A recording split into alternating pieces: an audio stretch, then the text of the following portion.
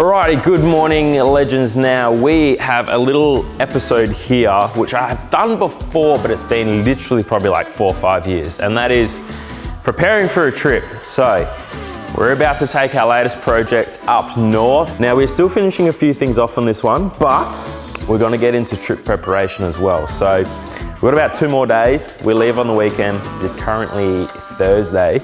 So we've got a couple of days.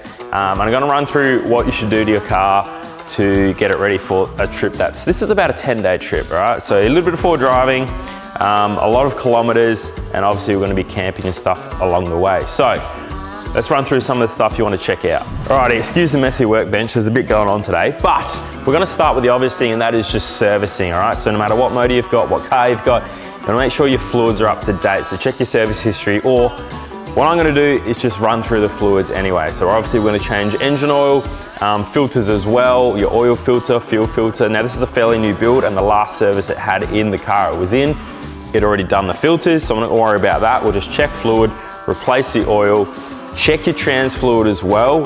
If it's manual, that's normally pretty good. Automatic, obviously you've got to make sure the car's running, run it through the gears, stick it in neutral or park, and check the fluid while it's running to make sure your converter's full. Then we're also going to check radiator level. That's just another thing. You don't necessarily need to change your fluid, but you want to make sure that you have enough coolant in there, it hasn't leaked out. Check your brake fluid as well. And I'm also going to do my transfer case too, because obviously we're going forward driving. A lot of the time transfer cases and diffs get overlooked. So change your diff oil and change your transfer case oil if it's your first forward drive trip in a while. So let's get the fluid sorted, and then we'll move on to some other stuff as well.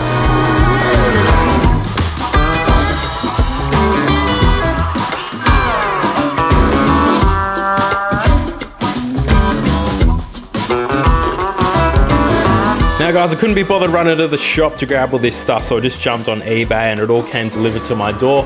You can jump on my garage as well and type in the vehicle you've got, and it'll actually show you a bunch of stuff that suits that car. So we got everything delivered, and that just made this job so much easier.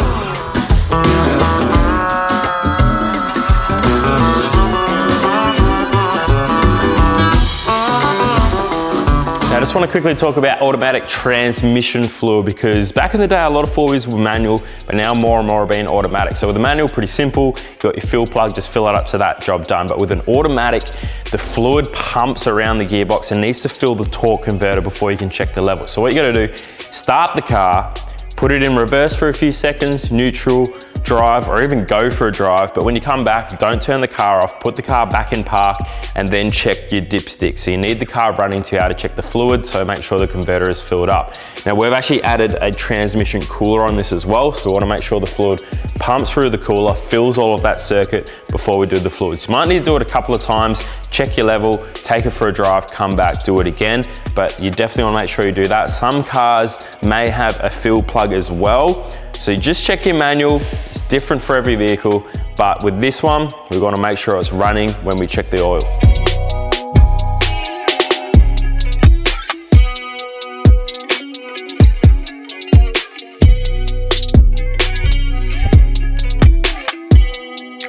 Alrighty guys, so I'm going to move away from the servicing stuff, fluids, and move on to a bit more of a maintenance check. So I'm going to start with the front diff. The first thing you want to look at is obviously your wear bearings. So check them, you just jack it up and you give it a bit of a shake. Up and down is probably the best way to do it, because if you have a little bit of side to side play, that might just be in your steering, but you just give it a yank up and down and see if there's any play. These bearings are actually really tight, they're pretty good, but what I'm going to do anyway is pull off the hub to show you guys how to check your bearings, re-grease them or replace them.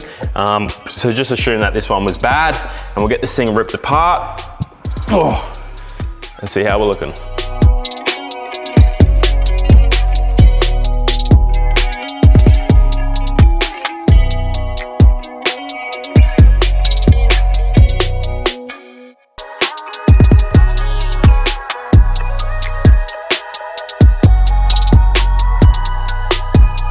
All right, just pulling the rest of the wheel bearing off. I'm going to get this hub off.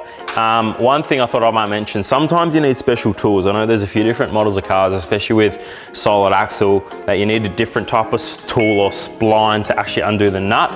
You can do it with a hammer and like a flathead screwdriver, but it's obviously not ideal. So you can just grab these from eBay. I got this one for each of my cars, and it's also a good idea to keep them carried in the back if you go on a trip as well. Keep it with you in your spare parts as well, so if you do have to nip up a bearing or change one on the road, you've got one with you. So we'll get this last one off, and then the whole hub will slide off, and I'll check the bearings themselves. I may be able to keep the ones I got as spares, but we'll see how we go. Re-grease them up, get it back together, and then we're sure that they're not gonna have any dramas, because the worst thing is going down the road, especially on a long trip when you're doing a lot of Ks, if it does give out, you can literally lose a wheel actually. People have lost wheels on the side of the road, and if you're towing a van or something, you could literally die. Not ideal. Alrighty, so I'll pull one of the sides off for the bearings. Now, I did actually get a whole new bearing kit from eBay, but looking at this one, there's two things I've noticed. One, the actual grease itself, I can tell it used to be blue, but it's gone very dark. It's kind of a brown color. I don't know if you can see that close on camera, but that's telling me that it's very old grease that's in there. But the other thing is when I spin it, it feels good. Like you're able to tell pretty quickly whether there's a bit of sand or grit in there, and you can kind of feel it grabbing, like it's not smooth. You can also hear it as well. You can hear it being a little bit gritty, but this is dead smooth. So what I'm gonna do is keep my spare bearings to put in the car for the trip rather than changing them now, and actually repack these ones. So if you get some high temp bearing grease, you can pack them with your hand, put a little bit of grease on your palm and pump it through till it comes out, and that just basically cleans out the bearing. On the end of the stub axle, just clean that up as well. Get rid of any grease that's in the hub, on the stub axle, repack everything with some fresh grease, and it will get a lot more life out of the bearings, because otherwise you got to go through, change the racers, punch them out. If you don't have the right tools, that can be a bit more of a drama, but in this case, the bearings are good, so we're gonna repack them, get them back in the car, and be sweet to hit the road.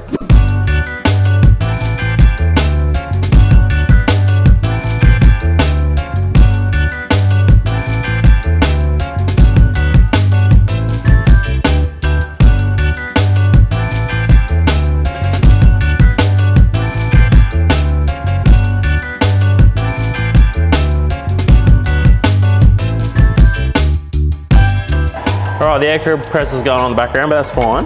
I've probably shown you this 100 times, you may have seen it, just doing up bearings. Like these aren't new ones, so it's not as crucial, but you want to do them up fairly tight, nip them up so it seats everything, and then back them off so the bearing spins and your wheel spins good, and then you pretty much just nip it up. When I took these off, these actually felt pretty loose, but you don't need much at all.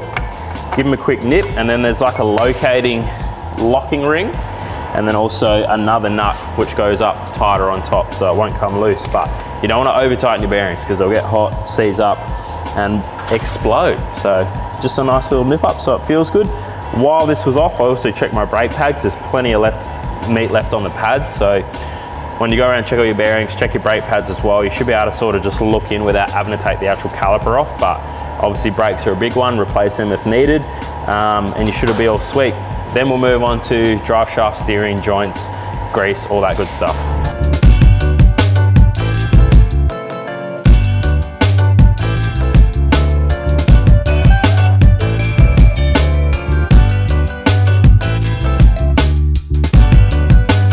Alrighty guys, we're getting close to getting your car prepped for the trip now. So once you've covered all your things like your servicing, fluids, filters, and then all your consumables, check things for wear like brake pads and bearings.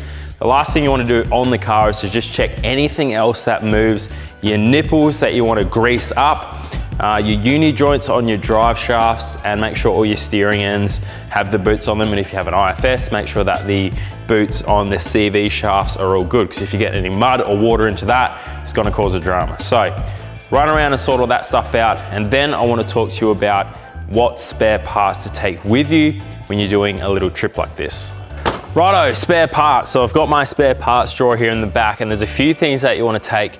Stuff that can break on the road and stop your car. So I did a little shop on eBay and ordered everything I think I'd need, and it got delivered, and we've got it in here. So we've got a full bearing kit, obviously the one that we didn't use when we repaired the bearings.